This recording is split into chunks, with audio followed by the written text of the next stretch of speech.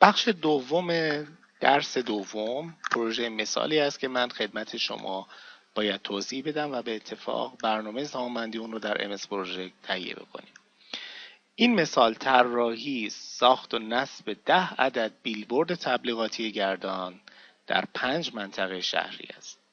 خب ما یک عنوان خلاصه برای این انتخاب میکنیم: اجرای پروژه ساخت و نصب تجهیزات رسانه محیطی. خب اسکوپ این پروژه چی هست؟ فرایند طراحی رو داریم. بسته به موقعیت بیلبوردی که قرار هست نصب بشه، طرح بیلبورد ممکنه متفاوت باشه و همچنین قد و قواره، اندازه، هر کدوم از این پارامترها ایجاب میکنه که ما یک طراحی منحصر به فرد برای اون بیلبورد رو در نظر بگیریم و بعد از اون باید فعالیت‌های ساخت و نصب بیلبوردها رو انجام بدیم. در نظر داشته باشید که این بیلبوردها مجهز به تجهیزات مکانیکی هستند که مثل به صورت موتور و گیربکس هایی که باعث گردشی بودن این در واقع بیلبوردها میشن و همچنین روشنایی که روی این بیلبوردها نصب میشه به عنوان تجهیزات برقی این بیلبوردها.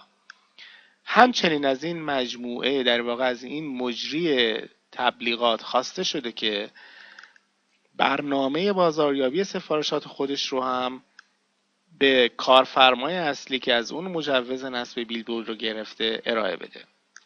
خب پس ما تعداد مناطق نصب رو می‌بینیم که در 2 ناحیه شهری A1 و A2 اسم گذاری شده داریم. بیلبورد هامون رو به اسم B1 تا B10 میشناسیم که در هر کدوم باید فرایندهای طراحی، ساخت، نصب و همچنین در صورت اخذ مجوز انشاء برق رو پیگیری بکنیم. زمانی برای این کار در نظر گرفتن که همون چارچوب زمانی پروژه ما هست. مبنای تاریخ شروع پروژه از اول ژانویه 2019 و مدت اون رو 4 ماه در نظر گرفتن. این قرارداد میتونه در واقع یک قرارداد مشارکت بین یک مجری تبلیغاتی و شهرداری یک شهر باشه. یک زمان تنفس داره که 4 ماه هست تا بیان فرآیند اجرایی رو طی بکنن و بعد از اون تبلیغات شروع میشه. البته از لحاظ اجرایی ممکنه این زمان کوتاه‌تر باشه، ولی ما برای اینکه بتونیم در دوره‌های به‌هنگام‌سازی، در 4 دوره به‌هنگام‌سازی رو انجام بدیم، این زمان رو 4 ماه در نظر گرفتیم. ذی‌نفعانی که در این پروژه هستن، شرکت‌هایی که زیر مجموعه مجری مشغول به کار میشن، شرکت طراح هست که به اسم ایکس شناسایی می‌کنیم، پیمانکاری که برای ساخت اسکلت ها مشغول فعالیت میشه و همچنین گروه اجرایی که فعالیت های سیویل این پروژه رو انجام میدن. خب من بیام شروع کنم به نوشتن لیست فعالیت ها و شناسایی ساختارهای شکستگار. خب اگر به مجموعه ساخت اسکلت فلزی این بیلبورد یک نگاهی بکنیم، میتونیم یک ساختار شکست از جنس FWS برای اون تهیه بکنیم. این ساختار در این پروژه و پروژه‌های مشابه مثل ساخت اسکلت فلزی برای یک سوله و یا در پروژه‌های صنعتی میتونه مشابه باشه. ما در همه این مجموعه ها باید ابتدا از نقشه اصلی که قابلیت دیدن رو برای ما داره ولی قابلیت اجرا شدن نداره، یک نقشه کارگاهی یا به اصطلاح شاپ دراوینگ تهیه بکنیم.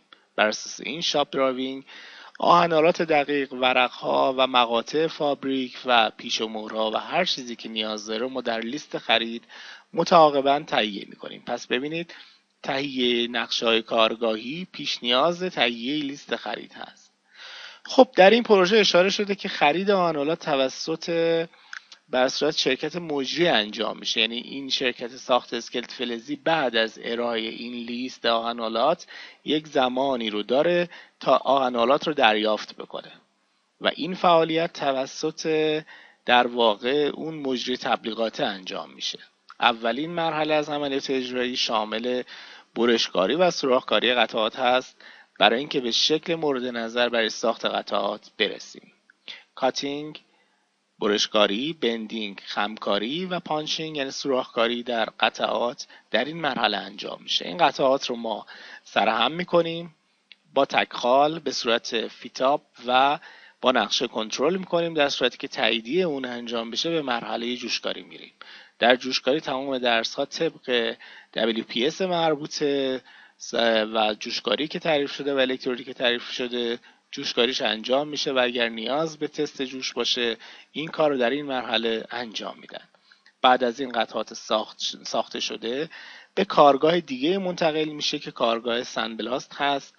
قطعات رو آماده میکنن برای اینکه روش رنگ پرایمر رو بزنن. در مرحله بعدی رنگامیزی پرایمر رو داریم بر اساس تعریف در واقع رنگامیزی قطعات و میکرون مورد نیاز در قسمت پرایمر. بعد از اینکه رنگ پرایمر خورد احتمال این وجود داره که ما بتونیم این قطعات رو تا حدی سرهمبندی بکنیم و چون احتمال داره که در سرهمبندی کردن به بخشی از این رنگ آسیب برسه ما رنگ لایه نهایی رو گذاشتیم بعد از مونتاژ قطعات. این قطعات میتونه سرهم کردن کامل یه بیلبورد باشه یا به عبارتی به اندازه‌ای در واقع سرهم بکنیم که مقیاس قابل حمل به ما بده و نهایتاً در کارخونه رنگامیزی نهایی اجرا میشه و در قسمت بعدی بعد از بسته‌بندی مناسب یا بعد از در واقع رعایت ایمنی ارسال ما و هماهنگی در محل نصب قطعات رو به اونجا ارسال میکنیم. و اما در بخش دیگه چه اتفاق میفته؟ باید نشیمنگاه بتونی برای این در واقع سازه‌های بیلبورد ایجاد بشه. این نشیمنگاه چه چیزهایی داره؟ مراحل خاکبرداری که به عبارتی ممکنه ما یک سطحی رو داشته باشیم که نیاز به خاکبرداری ماشینی داریم و یا خاک فرسوده‌ای داریم باید جمع بکنیم. اتفاقاتی که نیاز داره تا ما رو به بستر مناسب برای اجرای فونداسیون برسونه در این قسمت دیده شده. پیکنی فونداسیون یعنی جای دقیق فونداسیون رو در بیاریم، حالا یا به صورت دستی یا ماشینی.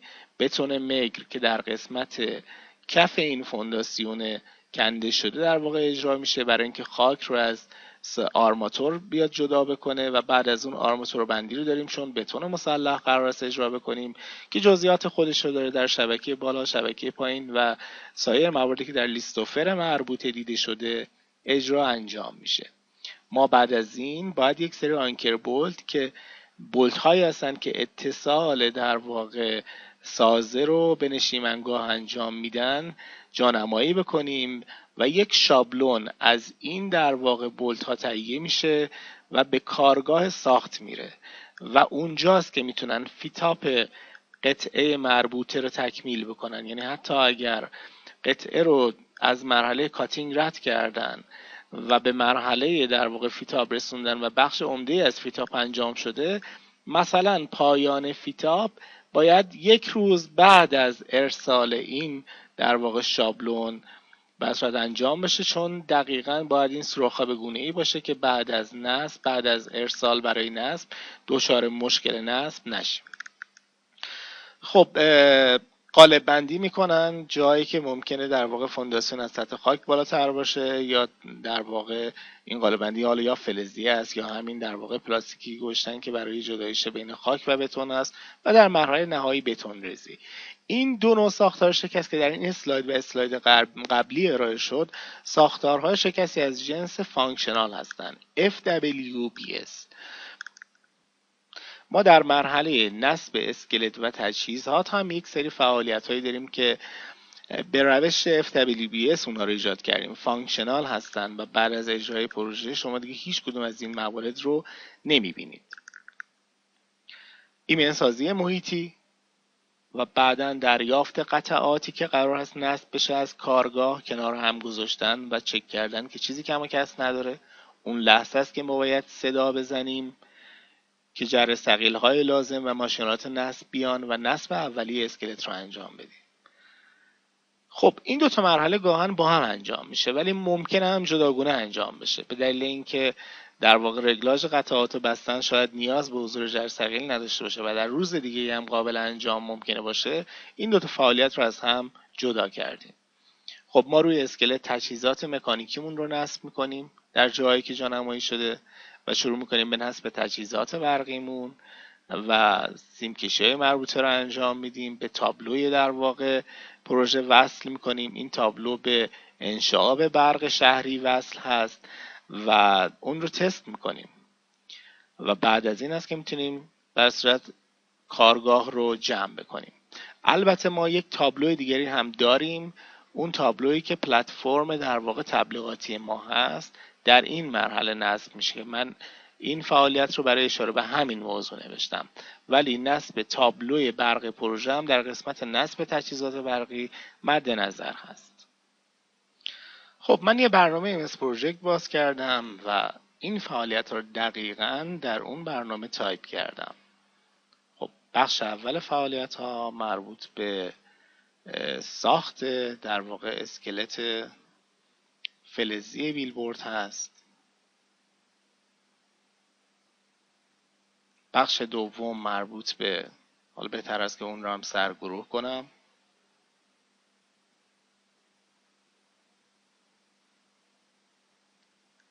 یه مقدار فاصله گذاشته بودم که این در واقع بعدن این فاصله رو برمی‌دارم فعالیت اضافی رو.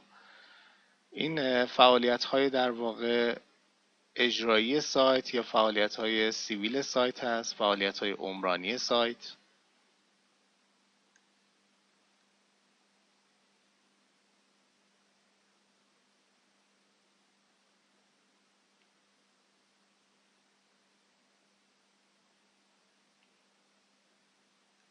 و بخش سوم فعالیت های نصب.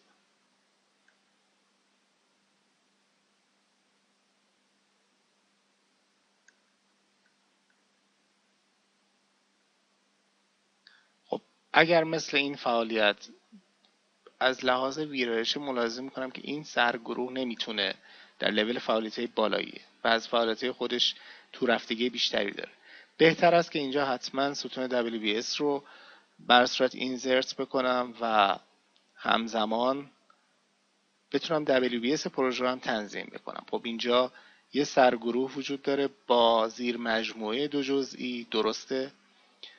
و اینجا میبینیم که سرگروه در واقع بخش بعدی ما فعالیت های عمرانی مثل که خودش در واقع زیر مجموعه بالایی قرار گرفته، چون کدش در ادامه اون هست. این رو یک لول میکشونم عقب‌تر و کد اون 2 میشه، درست میشه، هم سطح فعالیت های دیگه است. و اینجا فعالیت های نصب رو هم که 2.8 شده برمیگردونم عقب و زیر مجموعه اون رو انتخاب میکنم و زیرگروه های فعالیت های نصب به این شکل تنظیم میشه. خب ما 3 تا گروه داریم. حالا چه چیزهای دیگه نیاز هست که به این WBS اضافه بشه؟ خب اینجا خیلی خوبه که این بحث رو به چالش بکشیم که چه چیزی در واقع ما نیاز داریم. اولا ما EPC پروژه رو نیاز داریم. علاوه بر EPC SEPCF نیاز داریم، یعنی فعالیت های مقدماتی، فعالیت های اختتامی. پس من یک سرفصل ای رو در واقع به اسم یک فعالیت اینجا اضافه میکنم، فعالیت های مهندسی.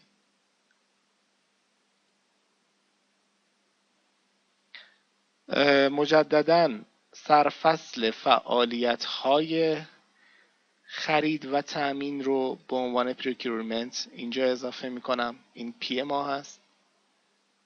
یه سرگروه هم قرار بود که به اسم فعالیت های مقدماتی داشته باشه. خب خرید و تأمین و همچنین سرگروه فعالیت های C یا کانستراکشن هم اینجا نیاز دارم.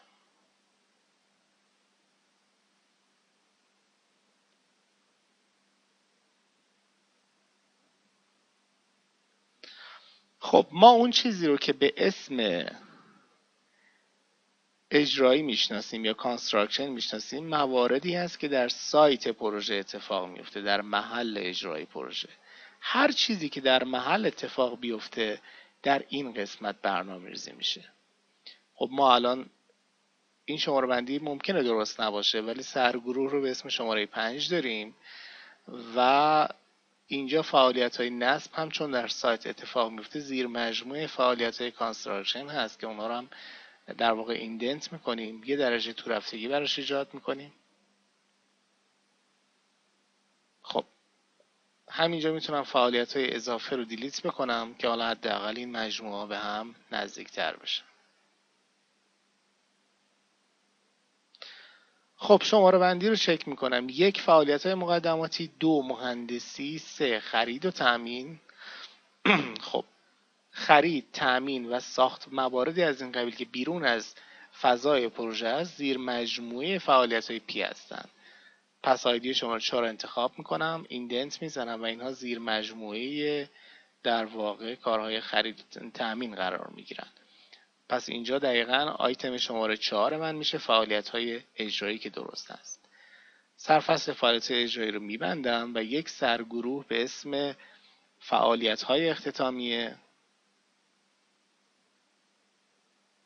اضافه میکنم.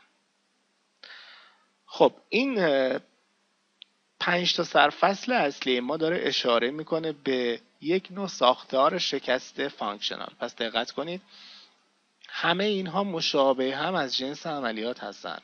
بعد از انتهای پروژه هیچ کدوم از اینها دیده نخواهند شد. حالا شروع میکنیم به توسعه فعالیت هایی که ما در این لیست نداریم. خب دغدغه ما یک ساختار شکست کنترلی هست که بیلبوردهای 1 تا 10 رو از هم جدا میکنه. اینها رو کجا اضافه بکنیم و به چه شکل فعالیت هاشون رو زمان بندی بکنیم. خب ما میتونیم برای 10 تا ساخت 10 تا بیلبورد دقیقاً 10 سری از این فعالیت رو تکرار بکنیم و یا این رو برای ساخت هر 10 تا در نظر بگیریم و مدت فعالیت رو اضافه بکنیم و به تبع اون اگر رابطه فینیش تو استارت میخوایم استفاده بکنیم اون رابطه رو به استارت تو استارت تغییر بدیم. خب یه موضوع دیگه که اینجا برامون مهم هست که بدونیم اینه که آیا در برنامه‌ریزی ما به اون مدت 4 ماه میرسیم یا از اون 4 ماه رد میکنیم. به هر دلیل باید ما برنامه رو به گونه‌ای تنظیم کنیم که در چارچوب 4 ماه خودمون باشه. سرگروه کل پروژه رو فعال میکنم. تاریخ شروع پروژه رو تنظیم میکنم. 1 ژانویه 2019. روش برنامه‌ریزی از سمت شروع. خب سرگروه رو فعال کردیم. تاریخ شروع پروژه رو دادیم. فعالیت ها همه در حالت اتو اسکیجول هستن و تقریبا دیگه به این ستون تسک مود نیاز نداریم. برای حذف ستون های اضافی میتونیم کلیک سمت راست بکنیم و اصطلاحاً اونا رو هیدن بکنیم. مخفی کردن ستون با زدن کلید دیلیت روی کیبورد هم انجام پذیره ولی در واقع محتویات پاک نمیشه، فقط از چشم ما مخفی میشه.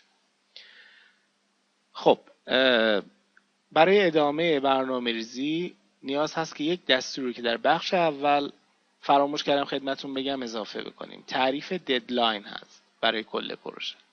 ما برای هر فعالیت میتونیم یک ددلاین در نظر بگیریم، یعنی یک تاریخی که دیگه میخوایم تا اون تاریخ اون کار انجام شده باشه. به طور مثال در این پروژه در قسمت فعالیت اختتامیه زیر مجموعه‌ای داریم. چندین فعالیت ممکنه نوشته بشن و من فعلا جای اونها رو باز میذارم و ما پایان پروژه رو اینجا داریم. این پایان میتونه اشاره به یک تاریخ بکنه. فعالیت ها رو من زیر مجموعه گروه 5 قرار میدم و هنوز فعالیت هایی که دارم در بخش اختتامی رو کامل ننوشتم. در این فعالیت با دبل کلیک کردن میتونیم به تب 4 یا زبانه 4 زبانه ادوانس بریم و گزینه ددلاین رو اینجا ببینیم. 4 ماه از دید هر کسی یعنی 4 تا ماهی که میگذره. کاری به تقویم نداره. قرارداد بر اساس روز کاری بسته نمیشه. خب ژانویه اولین ماه هست، فوریه، مارس و اپریل. آخرین روز اپریل مبنای ددلاین این فعالیت هست. با تنظیم ددلاین در ماه مربوطه اگر پس را اسکرول بکنم و به اون ددلاین برسم ملاحظه می‌فرمایید که در پایان ماه اپریل ما یک علامت فلش سبز رنگ داریم. این میتونه یکی از مواردی باشه که برای ما در واقع کنترل بکنه که ما به این ددلاین رسیدیم یا نه در برنامه‌ریزی پروژمون. خب به طبع این فعالیت پیش نیازهایی داره. شماره‌هاشو میتونم یادداشت بکنم و اونها رو مبنای در واقع اتمام این فعالیت قرار بدم. به طبع کار مهندسی که انجام میشه ما سراغ فاز خرید میریم. خریدها به نوعی پیش نیاز کارهای اجرایی هستن، پس کارهای اجرایی و اختتامیه پیش نیاز پایان پروژه است. میتونم در واقع تاسک فرم رو از نوار ابزار ویو و تیک کردن گزینه دیتیل فراخوانی بکنم. این قسمت پایین میاد، روی فعالیت مورد نظرم میستم و پیش نیازهاش رو اعمال میکنم در قسمت پریدستور. اگر خاطرتون باشه کلیک کردیم اینجا و جدول پیش نیازها و پس نیازها رو آوردیم. پیش نیاز فعالیت شماره 15 و فعالیت شماره 34. در MS پروژکت شما میتونید سرگروه رو به عنوان ببخشید من اینجا اشتباه انتخاب کردم، خود اختتامیه نمیتونه پیش نیاز خودش باشه بلکه یکی از فعالیت های اون هست، مثل فعالیت 37. شما در MS پروژکت یک سرگروه رو میتونید پیش نیاز یک فعالیت قرار بدید. اینجا شما پیش نیاز فعالیت پایان پروژه، فعالیت 15 رو به عنوان پیش نیاز قرار میدید و اوکی میکنید. این فعالیت این رابطه وارد میشه و همچنین فعالیت شماره 37. 15 یک سرگروه هست و ما در MS پروژکت میتونیم یه سرگروه رو پیش نیاز یک فعالیت بکنیم، ولی در پیرماورا و در صورت مباحث مدیریتی اصولاً رابطه پیش نیازی رو بین دو فعالیت توصیه میکنن، نه بین یک سرگروه و یک فعالیت. خب ما در این پروژه قصد داریم که برنامه‌ریزی دقیقی برای کارهای هر یک از این 10 بیلبورد انجام بدیم و میتونیم در قسمت اجرایی این فانکشنال رو برای هر کدوم از بیلبوردها تعریف بکنیم. به اصطلاح یک سطح شکست اینجا اضافه میتونیم بکنیم که به فعالیت اجرایی برای هر کدوم از بیلبوردها اشاره بکنه. خب من یک فعالیت اینجا اینسرت میکنم، اجرای بیلبورد 1 رو مینویسم و فعالیت های زیر مجموعه رو ایندنت میکنم برای این سرگروه.